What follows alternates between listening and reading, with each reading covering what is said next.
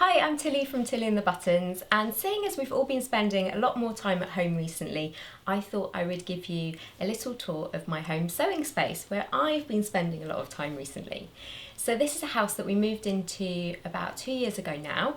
It's our spare room. It's a multifunctional space, so we use it as my sewing space, my office, my partner's home office, our spare room, our laundry room, my son's playroom, ironing room, the room where we just keep random bits and bobs in the house. So it's a little bit of a tight squeeze, there's a lot going on, but I absolutely love it and I know I'm really lucky to have this space. So let me show you around.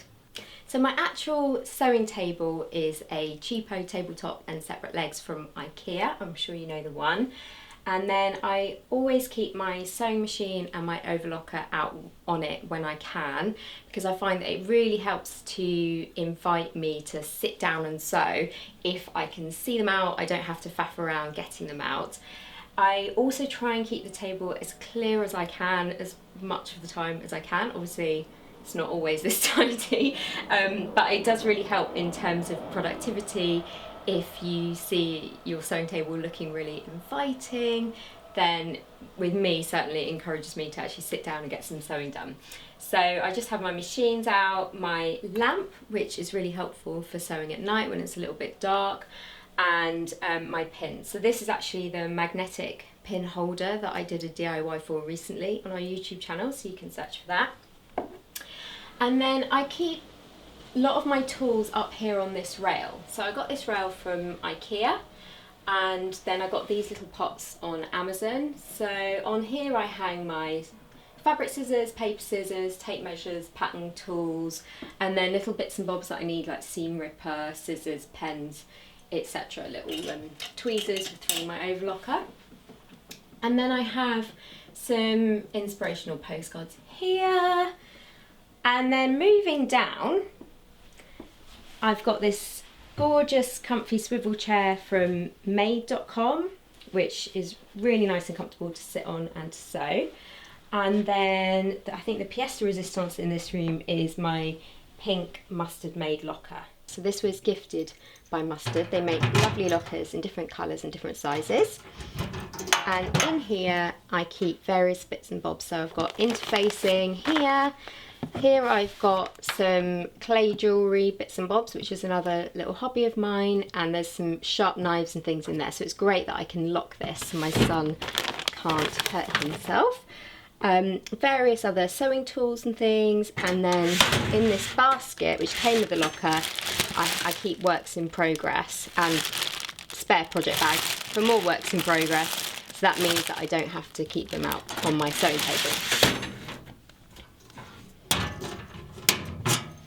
So on the shelves above my sewing table, I keep all sorts of bits and bobs out of the way of my table itself. So I have these lovely pink wire baskets of sewing patterns. Again, these were gifted by Mustard Made. They came with the locker.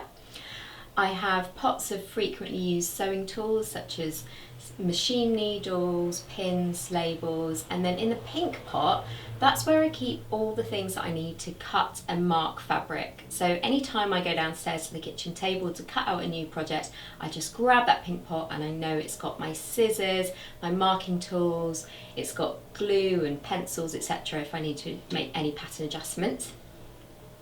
I like to keep my thread in a rainbow stylie on my thread rack. It just raises a smile and just, I think, adds a little bit of extra colour to the room.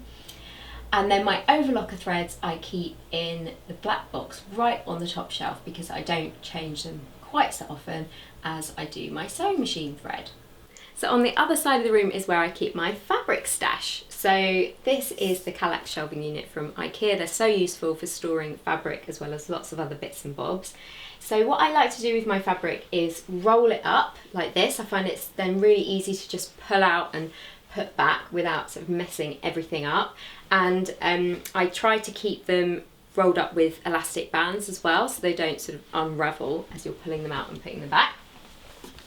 So I try and vaguely arrange them by type. So this is knits, although there's a little bit of overspill, so there's a couple of wovens in there. This is kids wear fabrics for making things for my son and for his friends. More knits, because I'm obsessed. And these are woven fabrics here. Then up on top of the shelf, I have a little bit of a jersey ribbing issue at the moment. So I've got various colours of jersey ribbing for making all the Tabitha t-shirts. This is one of our project bags that's got an Eden raincoat and fabric in it, which I'm yet to cut out, but it's going to be next on my list. And then I've got my sewing box here, which was a gift when I first started sewing from my best friends from school, and in there I keep lots of buttons, elastic, various notions and bits and bobs that don't fit anywhere else. And then right at the back is a sewing machine that needs servicing. Thanks very much for letting me show you around my home sewing space. I'd love to know if you've got any tips and tricks for how you organise your own home sewing space, and I'm sure our other viewers would like to know as well. If you like this video, I'd be really grateful if you gave it a thumbs up, and if you want more sewing inspiration, tips or tutorials from me, then you can subscribe to our YouTube channel. Thanks for watching, bye!